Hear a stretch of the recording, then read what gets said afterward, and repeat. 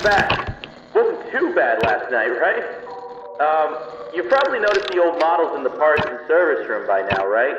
We've been having some trouble with them too recently. From what I remember, they wanted to originally retrofit the old models with the new tech.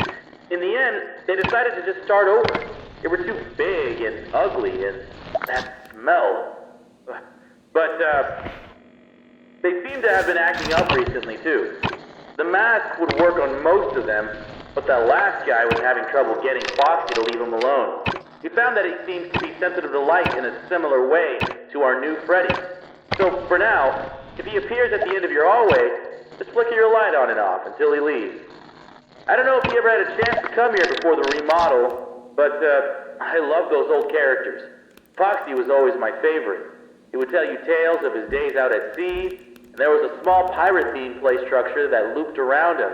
The kids loved him. I know a lot of people found them ugly, but I don't think they were terrible. When you see them moving, talking, and singing, the illusion really comes together, and it feels like a real cartoon character is standing right in front of you.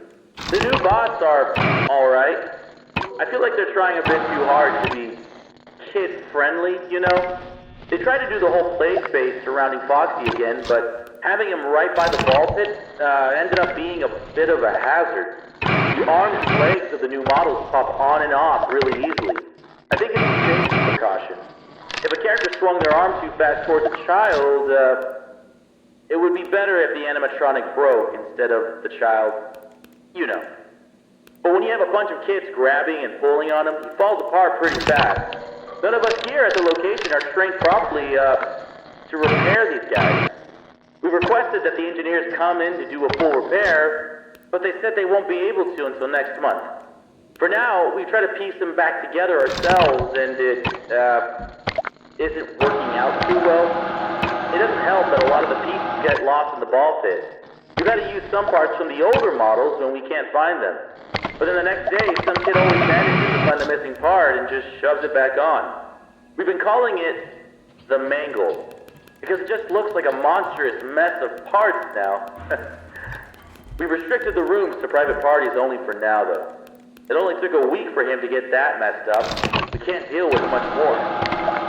But besides that, the whole kid stove area just feels kind of lame.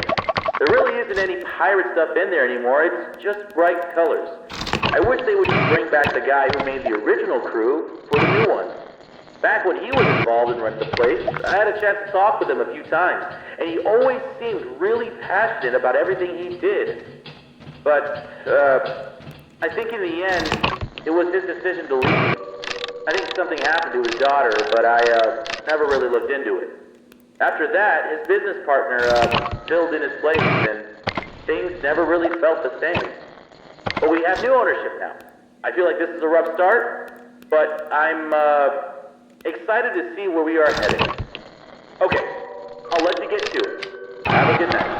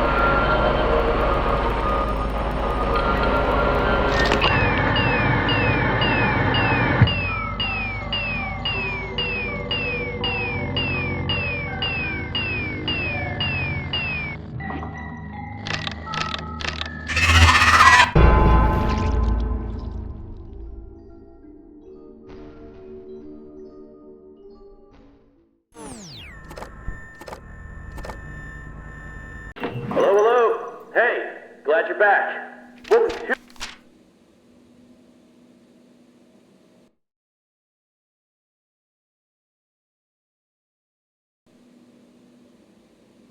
too bad last night, right? You probably noticed the old models in the parts and service room by now, right?